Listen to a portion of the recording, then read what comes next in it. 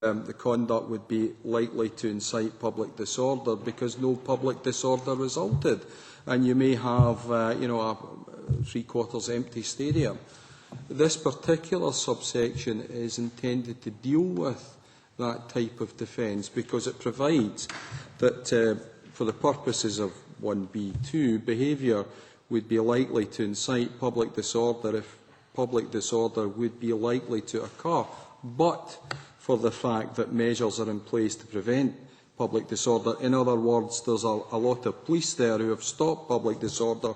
And secondly, persons likely to be incited to public disorder are not present or are not present in sufficient numbers.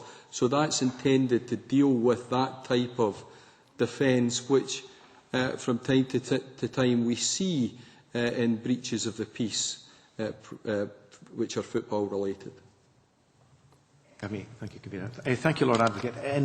We heard yesterday from both the Association of Chief Police Officers in Scotland and the Scottish Police Federation that they welcomed this legislation.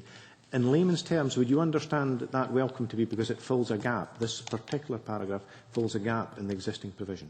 Yes, well, I was gratified to hear from the Assistant Chief Constable of Strathclyde Police Campbell Corrigan, who attended the Joint Action Group this morning, and he assented when I set out what the position was in relation to existing legislation as opposed to what this Act covers. So the gap point, that is, as I understand, it's welcomed by the police. Thank you very much.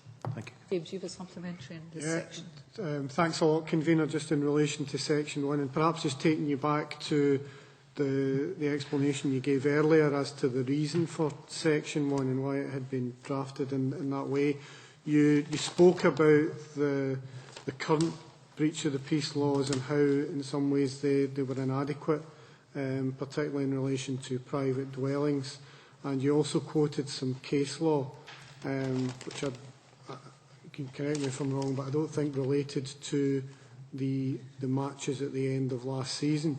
So I'm just, if you can perhaps give an explanation as to what is the need for this particular section to be in statute for the start of the new football season? Well, I mean, there's two elements to that question. The need is to make it clear, what the offence covers, to define it, and not to, whilst breach of the peace is developing in ECHR terms and it seems to be contracting, to have an offence which covers the type of behaviour, specifically covers the type of behaviour which we've seen all too often, last season and seasons before. So that certainly is welcome. I welcome it as a prosecutor, and I think that will make the job of the police easier, it will make the job of prosecutors easier, and more importantly, it will let citizens of this country know what is criminal and what is not. So it defines the limits of the offence itself. And I think you had a second part which, forgive me, I've sort of... it's my fault. Why does it need to be in before the football season? Well, it doesn't necessarily need to be in before the football season. It's a matter for the Parliament, of course, to consider it. If you ask me, personally, I would like to see it in place before the beginning of the football season because it gives a clean break between the events of last season and looking forward the events of next season. It will let the public know, let spectators know, let police know, let prosecutors know, let defence lawyers know, what the position, what the law is moving forward. I don't think it's very helpful to look back. I think we should look forward. And I think this will certainly be a tool in the box for police and prosecutors. But giving due respect to the Parliament, it's a matter for the Parliament whether or not this bill should be passed in the timeline that the government have sought. Just one brief point, Convener. I accept what you say in the sense of, it's a job of Parliament to give a strong signal, like we did on the domestic abuse legislation. It's important to get that legislation right. And going back to domestic abuse, we took an amount of time to consider it. You said recently that it's a job of Parliament to pass laws and we should just go on and do it. Do you not think we would have been able to produce better definitions and more competent legislation if we'd taken a bit more time on this, as opposed to rushing it through and getting it in for the start of the football season? Well, I mean, it's a short bill. It makes 2 criminal offences, so there's that point. I mean, as you know, it's a matter for Parliament to consider whether there's a need for it. I would say that, in my view, there's a need for it. There's a need for it to be in place before the beginning of the football season. That's my judgment. But ultimately, the decision rests with you as parliamentarians. I would like, certainly, to see it in place, in force, before the beginning of the football season. I've, in public record, saying that, but I fully respect it's a matter for you. I've got... sorry, is this on the same line? No? No? Right, that's a separate list. So, Graham, you are on the same line. So it's Thank you, Convener. And first of all, can I apologise to Mr Regan? I'm sure he's got a lot of things to do. And we do have questions for the authorities and the clubs, but we're on this line at this time, so I'm sorry. Well, on that basis, I mean, if members have questions for the clubs they want to put, and especially as Mr Regan has to leave, please put them now. You've got 13 minutes. I just want to stay on the logic of... Well, okay, as long as we've got time, because I would like Mr Regan to have the opportunity to answer. Of course. Okay. First of all, thank you, Lord Advocate, for coming. And I would be a fool to try and cross swords with you on legal matters, but there are a number of issues that need to be placed before you. You did mention it's a short bill, and there's only a number of sections to it, but you would also admit it's a huge issue for Scotland, and it's one that needs some clarity.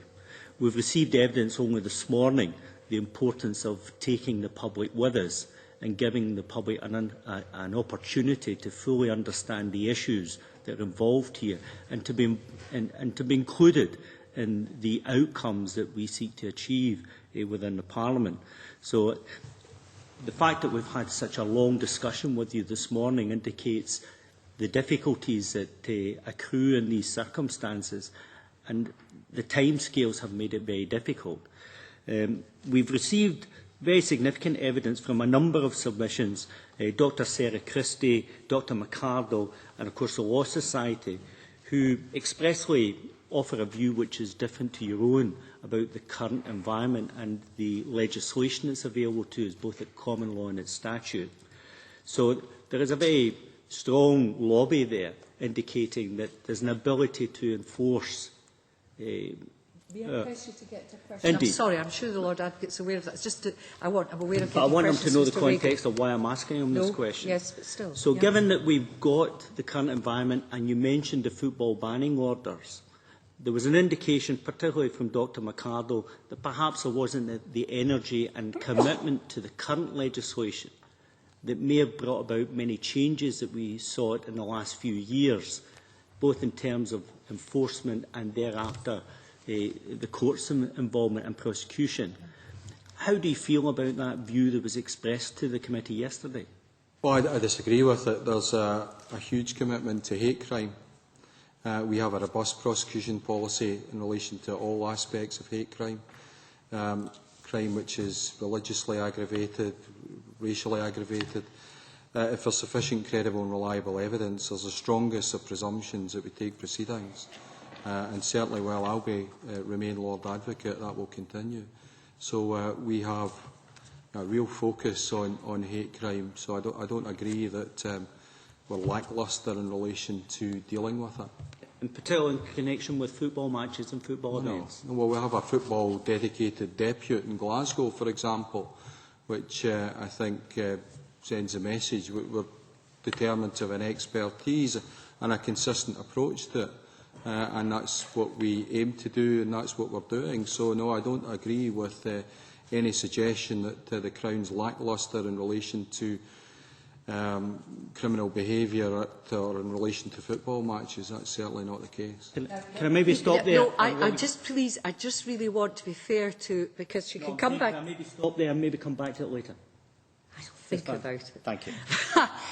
Short questions, though. Can I then ask members, please, because we've got Mr Regan and other football representatives here, can we just focus on that just now to let everybody have the opportunity to deal with you and you feel we've not missed anything? Perhaps you would like to start by telling us, Mr Regan, I'll pick on you first, something you would like to tell us that we haven't asked.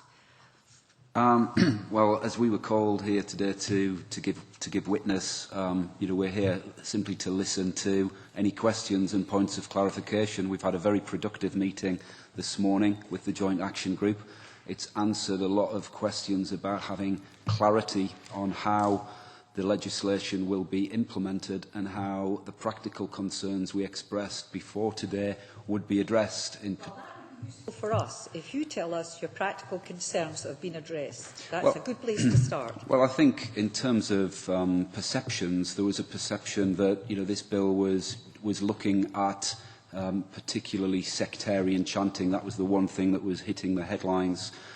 We've covered this morning the fact that we're talking about unacceptable behaviour and in particular threatening and offensive behaviour, and the Lord Advocate has given some very helpful examples of where the new legislation will fill gaps that doesn't exist at the moment. And I think we're now starting to see how, in working with the police and our colleagues within the leagues, we're able to perhaps move forward on addressing some of the unacceptable behaviour that we want to stamp out. And I'm going to ask members now, that would be useful, and if anybody else wants to expand, it would be helpful to the committee, because you're at the, along with the police, you're at the coalface in this matter, and there must be issues arising about, it's very difficult to 20,000 people. How do you, I'm afraid I'm never at football matches, I should perhaps say that sort of voce, but, with so many people there, how you make legislation enforceable and how it doesn't become provocative even, which it might do. And so I'd be quite interested to hear about the practicalities. I know the clubs do a lot themselves. So can I just move on that line, please, the football organisations. I'm going to start with John, and then I've got my glasses here. I've got John, and then I'll take Rod, who's not been in yet. Great. Different points. This is the Lord Advocate. No, we'll go back to the Lord Advocate. Colin, we're keeping to football. So John, and then Colin. Okay, thank you, Convener. My questions to Mr Hawthorne and Mr Martin as representative of the clubs. Gentlemen, both your clubs are commercial organisations and terminology like customer is used. Have you surveyed your customers on their views on this proposed legislation, please? I can answer for Celtic. Certainly, no, we haven't had the opportunity to do that. In fact, we have probably quite a short time space to consider the bill in principle, in detail rather. I think the principle of the bill, of course, we all welcome. There's no question that Celtic Football Club in particular has always been a club open to all, and we stand very strongly against religious sectarianism, whether it's at football or elsewhere in society. But the timescale has been a little short for us to meaningfully consult, even internally, let alone widely.